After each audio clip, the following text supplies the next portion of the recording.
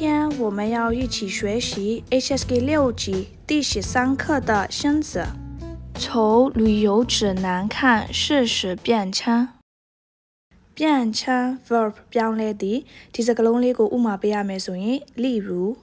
小村庄经过几十年的变迁已经变成了繁华的镇子。ဆယ်စုနှစ်လောက်အကြာရွာငယ်လေးကပြောင်းလဲမှုတွေကြုံပြီးတဲ့အခါမှာအရန်ကိုစီကားနေတဲ့မြို့တစ်မြို့ဖြစ်ပြောင်းလဲသွားတယ်။ပြန်ချမ်းကအများကြီးတွေ့ကြုံပြီးတော့မှပြောင်းလဲသွားတာမျိုးအဲ့လိုခါမျိုးမှာသုံးတာပြန်ချမ်း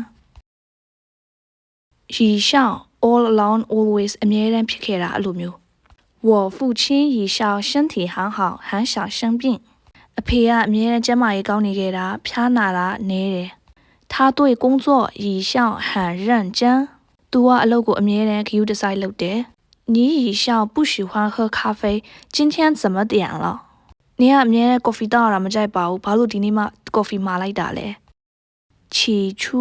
at first in the beginning အစပိုင်းမှာချမ်းရှိ migrate လုပ်တယ်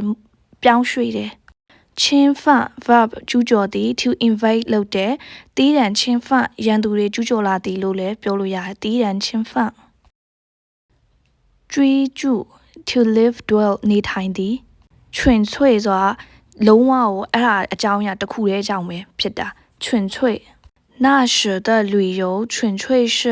生存和安全的需要အဲ့ဒီအခါတုန်းကခီးသွားခြင်းဆိုတာက survival လုပ်ဖို့အတွက်နဲ့ဒီလုံခြုံမှုရဖို့အတွက်တစ်ခုတည်းပဲဖြစ်တယ်生存ကကြတော့ survive လုပ်တာရှင်သန်တာ指南针က compass တန်လိုက်အိမ်မြောင်ပြောတာ指南针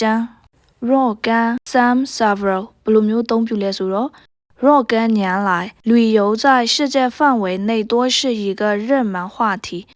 若干年来ဆိုတာ over the years နှစ်တချို့နှစ်တော်တော်များများကြာလွန်ပြီးတဲ့နောက်မှာပြန့်布 to spread all over အကုန်လုံးမှာပြန့်နှံ့သွားတယ်ချမ်းဖောင်းပိုင်ကြည့်ဖြစ်နိုင်သမျှနီးလန်းနေအကုန်သုံးပြီးတော့ဥပမာပြောရရင်旅行者千方百计来到了中国ခရီးသွားတဲ့သူတွေကနီးလန်းမျိုးစုံသုံးပြီးတော့တရုတ်ပြည်ကိုရောက်လာခဲ့ကြတယ်ရှူးကြီးကစာအုပ်တွေဒါပေမဲ့သူကစာအုပ်တအုပ်တည်းမဟုတ်ဘူးအဲ့ဒီစာအုပ်အမျိုးအစားတွေစာအုပ် collection အဲ့လိုမျိုးပြောတာ科学书籍သိပ္ပံပညာရပ်နဲ့ဆိုင်တဲ့စာအုပ်တွေ万事ဆိုတာကစတင်ပြီးတော့ထုတ်ဝေလိုက်တာစတင်ထွက်ပေါ်လာတာ例如苹果手机于2007年在美国正式问世苹果手机 Apple iPhone ကိုပြောတာ于2007年2009ခုနှစ်မှာ在美国 United States America မှာ正式问世ဆိုတာတရားဝင်ထွက်ပေါ်လာခဲ့တယ်ရှယ်တိုက်ယူဆောင်သွားသည်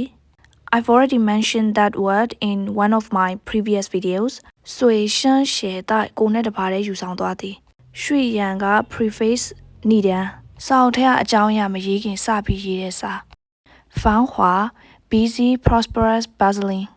ဖွံ့ဖြိုးတိုးတက်ပြီးစီကားနေတာကိုပြောတာရှီစုဒလိထုံတန်း